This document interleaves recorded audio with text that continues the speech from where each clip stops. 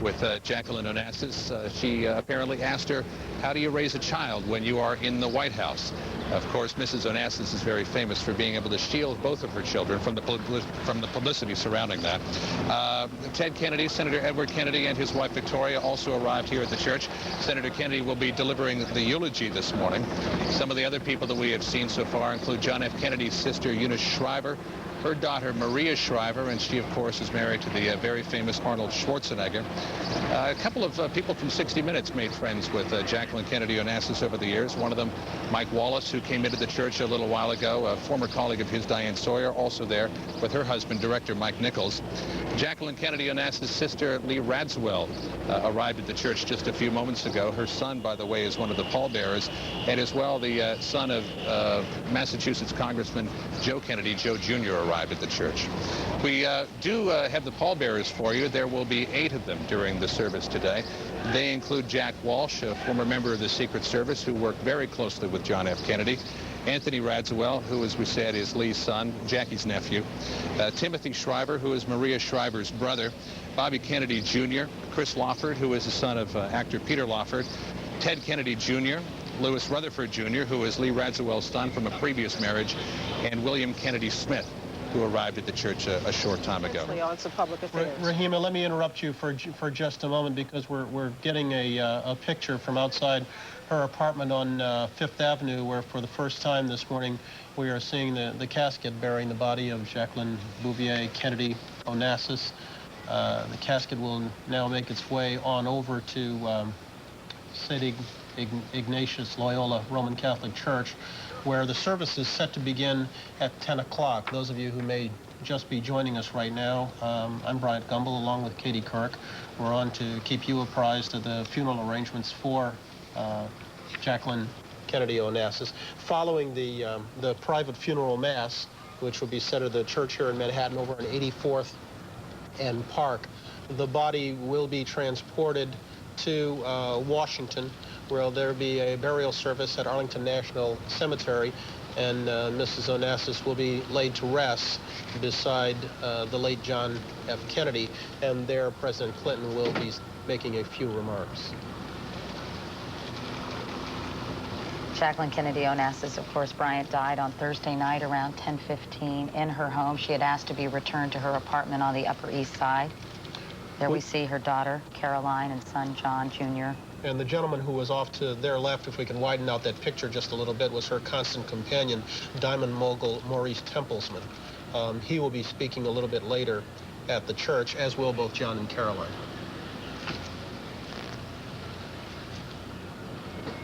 This will be a very private ceremony. Obviously, as you can see, it's a little behind schedule already. It was scheduled to begin, the Mass was at 10 o'clock. But it will be a very simple service, a very private service. There will be no congressional delegation. There will, in fact, be 4 senators in attendance: Claiborne Pell of Rhode Island, Daniel Patrick Moynihan of New York, John Kerry of Massachusetts, and Don Glenn of Ohio will all be there.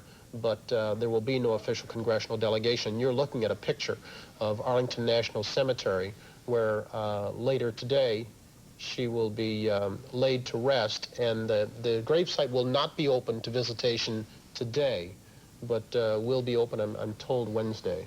When she picked the site, Bryant, for her husband's burial, she said the place is so beautiful she could stay there forever. Let me interject here for just a moment and identify the pallbearers as they make their way to the casket. They are Jack Walsh, who served as a Secret Service agent worked with JFK during his White House years. Anthony Radswell, who is, of course, her nephew. Timmy Shriver, the brother of Maria Shriver Schwarzenegger, also a nephew.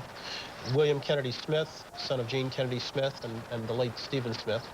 Bobby Kennedy, who is the son of Robert and Ethel Kennedy. Chris Lawford, who's the son of Peter and Pat Lawford. Teddy Kennedy Jr. and Lewis Rutherford. Those are the 8 pallbearers who now bear the casket as it makes its way into St. Ignatius Loyola.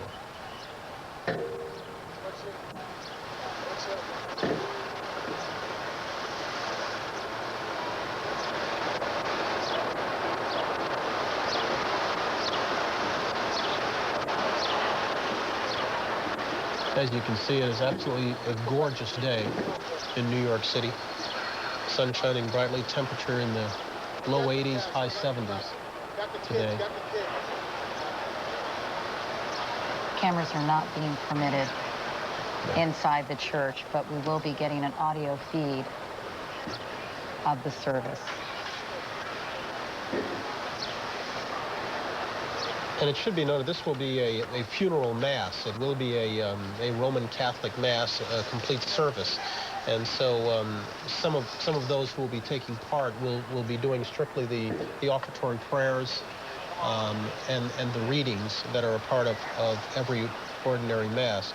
There will be a couple of poems rendered, one of them by Maurice Templesman, whom we noted earlier, one of them by Carolyn Kennedy Schlossberg, and the eulogy to be delivered by Senator Edward Kennedy. You talk of memories, I think we all recall Senator Kennedy's speech following the death of his brother Bobby in '68, and how moving that was in St. Patrick's Cathedral, just a mere, 35 blocks from where he's waiting right now. Also participating in the... In choosing the readings for these services, we struggled to find ones that captured my mother's essence, and three things came to mind over and over again and ultimately dictated our selections. They were her love of words, the bonds of home and family, and her spirit of adventure.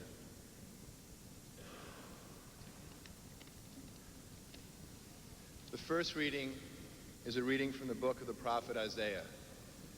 On this mountain, the Lord of hosts will provide for all peoples. On this mountain, he will destroy the veil that veils all peoples. The web that is woven over all nations, he will destroy death forever. The Lord God will wipe away the tears from all faces. The reproach of his people he will remove from the whole earth. For the Lord has spoken. On that day it will be said, behold our God to whom we look to save us. This is the Lord for whom we looked. Let us rejoice and be glad that he has saved us. This is the word of the Lord. Maurice Templesman will be the next to speak, Mrs. Onassis' companion for more than a decade. He will be reading a poem. I will read a poem, a favorite poem. It is called Ithaca by C.P. Cavafy. As you set out for Ithaca, hope your road is a long one, full of adventure, full of discovery. Lystrigonians, Cyclops, angry Poseidon, don't be afraid of them. You'll never find things like that on your way, as long as you keep your thoughts raised high, as long as a rare excitement stirs your spirit and your body. Lystrigonians, Cyclops, wild Poseidon, you won't encounter them unless you bring them along inside your soul, unless your soul sets them up in front of you. Hope your road is a long one. May there be many summer mornings when with what pleasure, what joy, you enter harbors you're seeing for the first time. May you stop at Phoenician trading stations to buy fine things. Mother of pearl and coral, amber and ebony, sensual perfume of every kind, as many sensual perfumes as you can, and may you visit many Egyptian cities to learn and go on learning from their scholars. Keep Ithaca always in your mind. Arriving there is what you're destined for. But don't hurry the journey at all. Better if it lasts for years, so you're old by the time you reach the island, wealthy with all you've gained on the way, not expecting Ithaca to make you rich. Ithaca gave you the marvelous journey. Without her, you wouldn't have set out. She has nothing left to give you now. And if you find her poor, Ithaca won't have fooled you. Wise as you will have become, so full of experience, you'll have understood by then what these Ithacas mean. And now, the journey is over. Too short, alas, too short. It was filled with adventure and wisdom, laughter and love, gallantry and grace. So farewell, farewell. It's now time for Mrs. Onassis' daughter, Caroline, to speak. She, too, will offer a poem in her mother's honor.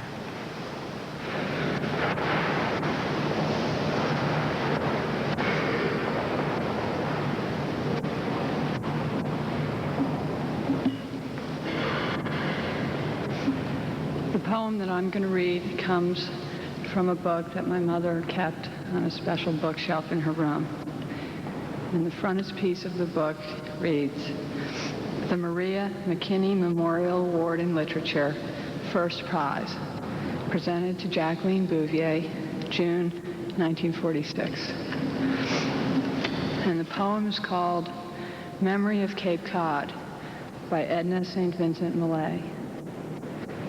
The wind in the ash tree sounds like surf on the shore at Truro. I will shut my eyes. Hush, be still with your silly bleating sheep on Shillingstone Hill. They said, come along. They said, leave your pebbles on the sand and come along. It's long after sunset. The mosquitoes will be thick in the pine woods along by Long Nook. The winds died down. They said, leave your pebbles on the sand and your shells too, and come along. We'll find you another beach, like the beach at Truro. Let me listen to the wind in the ash. It sounds like surf on the shore. Jessie Norman will sing again, and she will sing Ave Maria. That's the most beautiful song written.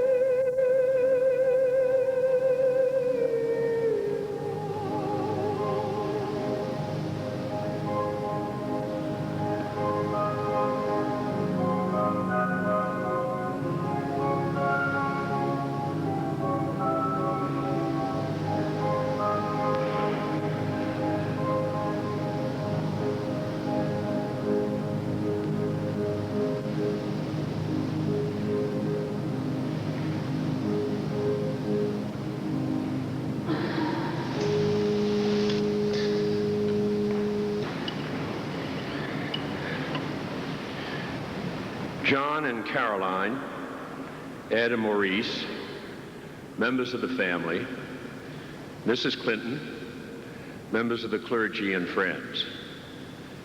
Last summer, when we were on the upper deck on the boat at the Vineyard, waiting for President and Mrs. Clinton to arrive, Jackie turned to me and said, "Teddy, you go down and greet the President."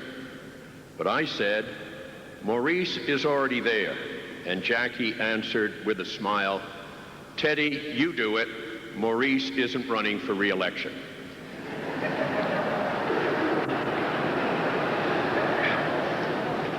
She was always there for our family in her special way. She was a blessing to us and to the nation, and a lesson to the world on how to do things right, how to be a mother, how to appreciate history, how to be courageous. No one else looked like her, spoke like her, wrote like her, or was so original in the way she did things. No one we knew ever had a better sense of self. 8 months before she married Jack, they went together to President Eisenhower's inaugural ball. Jackie said later that that's where they decided they liked inaugurations. No one ever gave more meaning to the title of First Lady. The nation's capital city looks as it does because of her. She saved Lafayette Square and Pennsylvania Avenue. The National Cultural Center was her cause before it was the Kennedy Center. Jackie brought the greatest artists to the White House and brought the arts to the center of national attention. Today, in large part because of her inspiration and vision, the arts are an abiding part of national policy. President Kennedy took such delight in her brilliance and her spirit. At a White House dinner, he once leaned over and told the wife of the French ambassador, "Jackie speaks fluent French, but I only understand 1 out of every 5 words she says, and that word is de Gaulle." And then during those 4 endless days in 1963, she held us together as a family and a country. In large part because of her, we could grieve and then go on. She lifted us up, and in the doubt and darkness, she gave her fellow citizens back their pride as Americans. She was then 34 years old. Afterward, as the eternal flame she lit flickered in the autumn of Arlington Cemetery, Jack went on to do what she most wanted, to raise Caroline and John and warm her family's life and that of all the Kennedys. Robert Kennedy sustained her, and she helped make it possible for Bobby to continue. She kept Jack's memory alive, and he carried Jack's mission on. Her 2 children turned out to be extraordinary, honest, unspoiled, and with a character equal to hers. And she did it in the most trying circumstances. They are her 2 miracles. Her love for Caroline and John was deep and unqualified. She reveled in their accomplishments. She hurt with their sorrows. She felt sheer joy and delight in spending time with them. At the mere mention of one of their names, Jackie's eyes would shine brighter and her smile would grow bigger. She once said that if you bungle raising your children, nothing else much matters in life. She didn't bungle. Once again, she showed how to do the most important thing of all and do it right. When she went to work, Jackie became a respected professional in the world of publishing, and because of her, remarkable books came to life, and she searched out new authors and ideas. She was interested in everything. Her love of history became a devotion to historic preservation. You knew when Jackie joined the cause to save a building in Manhattan the bulldozers might as well turn around and go home. She had a wonderful sense of humor, a way of focusing on someone with total attention, and a little girl delight in who they were and what they were saying. It was a gift of herself that she gave to others. And in spite of all of her heartache and loss, she never faltered. I often think of what she said about Jack in December after he died. They made him a legend when he would have preferred to be a man. Jackie would have preferred to be just herself, but the world insisted that she be a legend too. She never wanted public notice, in part, I think, because it brought back painful memories of unbearable sorrow endured in the glare of a million lights. In all the years since then, her genuineness and depth of character continued to shine through the privacy and reach people everywhere. Jackie was too young to be a widow in 1963 and too young to die now. Her grandchildren were bringing new joy to her life, a joy that illuminated her face whenever you saw them together, whether it was taking Rose and Tatiana for an ice cream cone, or taking a walk in Central Park with little Jack, as she did last Sunday. She relished being Grand Jackie and showering her grandchildren with love. At the end, she worried more about us than herself. She let her family and friends know she was thinking of them. How cherished were those wonderful notes in her distinctive hand on her powder blue stationery. In truth, she did everything she could and more for each of us.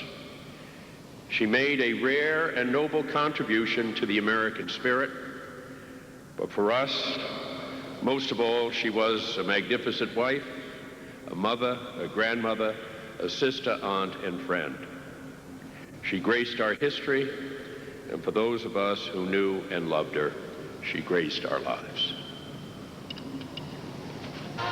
As we watch and await the appearance of the casket, we note that Stephen Ambrose, presidential historian, is joining us here in New York, and Sandra Van Oker, White House correspondent during the Kennedy years, is joining us from Washington. Gentlemen, don't feel compelled, but feel free to jump in any time if you have some comments that struck you about the service. By Kitty was talking about Hillary Rodham Clinton and Jacqueline Kennedy.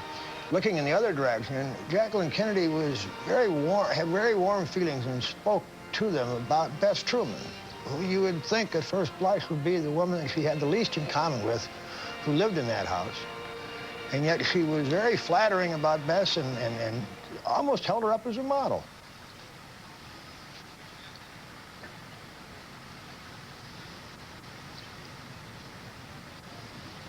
You see the pallbearers flanking the steps right now.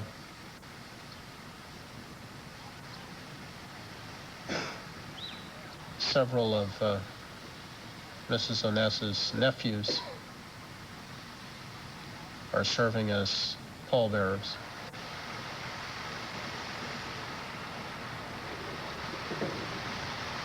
One of those who attended the wake at her apartment commented on the simplicity of the event. The casket, a simple one with a beautiful antique cloth over it.